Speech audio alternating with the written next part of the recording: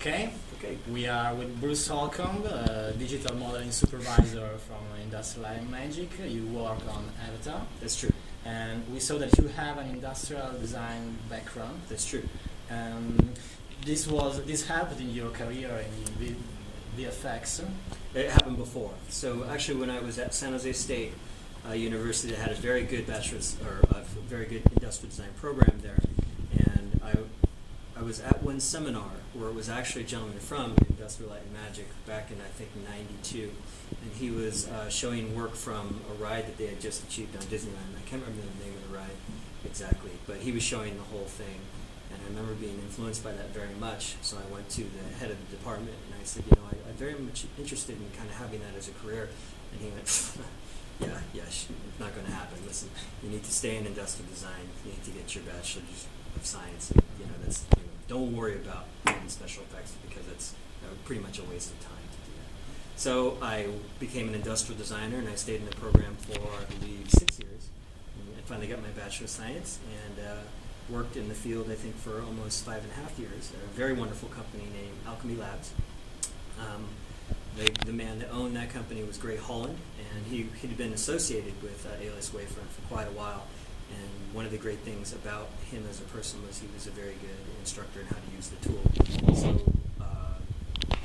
the best thing about working there, I think I'd explained it in the presentation, but that we used our direct surfaces to create products from, which meant that you almost cut out some of the engineering, you cut out the tooling, you would make the prototype actually from your digital file, and then it would actually go to market for Nike and for Airwalk and then some concept cars for BMW. So that's where I've got most of my good examples of work in the industrial design field. Yeah. I made one really cool toy gun too. So yes. Okay. For Avatar, did the studio work only on vehicles or also on creatures? Industrial Light and Magic? Or you mean on Avatar? Industrial Light and Magic, yeah, on Avatar. Oh, well, the way that the current affair is at Industrial Light and Magic, you just don't do one thing anymore. And we used to be able just to be hard surface modelers, meant that you would only build environments, or anything that was non-living, environments, automobiles, things that didn't have flesh to them.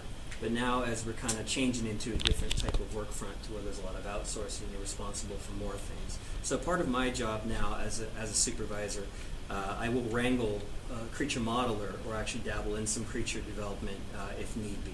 But it's not rare because it's really not the thing that I focus a lot of my attention on. But as a supervisor, I do wrangle the people within the group. So you kind of flexible things. It's flexible. So for instance, when we're working on Terminator 4, we did have a really good sculptor do the Arnold digital double, but when it came to all the skin and the stuff that was on the Terminator itself and it was getting blasted apart, I did all of that flesh that was on there. So you can kind of plug and play a little bit. Okay. I know that also where the digital worked on Avatar VFX, there was an interaction between ILM and Weta, and you worked on different projects, different things.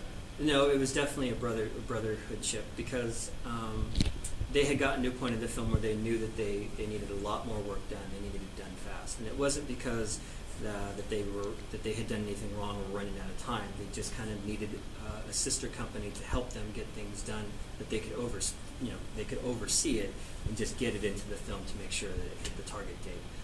So no, it was definitely a good union between the two companies, and we kind of didn't really do the same work. We didn't do any of the main characters or any of the Navi or anything that was proprietary to Weta, and the creation of the planet and the people on it. Okay. So we just primarily did the hard surface. Okay. How long usually lasts the production of a single scene? That varies. It all depends on what is required in the scene. Some can take months. Some can go as quickly as a week. It all depends. And are you always satisfied at the work, or sometimes you wish to continue working and the deadline stops? Some people will say, I'm a perfectionist and I don't like it. No, I'm right in the middle. Some of the things that we turn out are extraordinarily beautiful and we're very happy with. And then the things that kind of don't meet the mark, it could be because you ran out of time or you really ran out of money and the producer's saying, it's over. So I would say that 90% of the work that I see go out is I like it. And then 10% that I see, I don't think it's that good. But I didn't say that good. I meant Your staff worked also on War Machine from Iron Man 2. Yeah. How do you develop it? Well, I didn't actually build that model, but I supervised the building of it. A really, really good friend of mine who worked under me at the time, his name is Rene Garcia, fantastic kid, really great modeler, was able to, we had really good artwork from Legacy, which is Stan Winston's old company.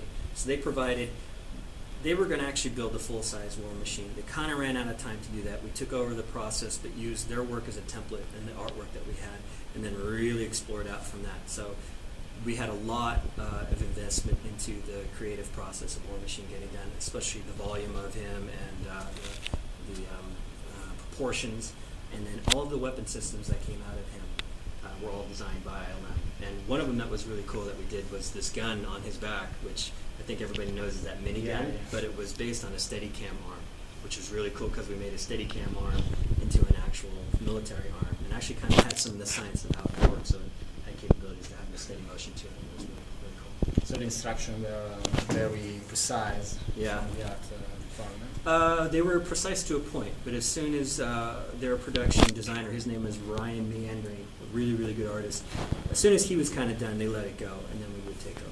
And then it was our charge to kind of get involved. And then I think Legacy had been kind of developing some of it alongside in the hopes that they would be able to get the full-size practical done so it could be in shots, you know, that they could film, but it just didn't work out that way. So War Machine is 100% digital. I think there might only be one shot of the helmet that was practical. Everything else was ours. Okay. Last question. Yes. Which is the project you are more proud of in your career? Most? Yeah. That would be Star Trek, hands down. Yeah, Star Trek was my favorite project because you got to redesign the Enterprise. And for me, that was a lifelong dream to be invested in that, and I was right at the forefront of it and was able to actually influence some of the goals that J.J. Abrams wanted for the ship. Because initially when they were designing the Enterprise this time, they wanted it to be a hot rod. And I thought that was a very interesting term for a director to put on a ship that's been renowned since 66. So it was very much of a challenge, and I think we pulled it off really well in the main aspect that when you see it on film, you could swear that it's a practical model. And that's the ultimate goal, is that when you see it, you don't know that it's digital. So that's my grand achievement is being involved in that process. Okay, thank you, Bruce. Okay, thank you. All the best wishes for your next project. All right. What are you working on? You can tell us. Yeah, Cowboys and Aliens, Jon Favreau. I can tell you that one. The other one I can't. Okay. Thank you so much. Okay, thank you very much.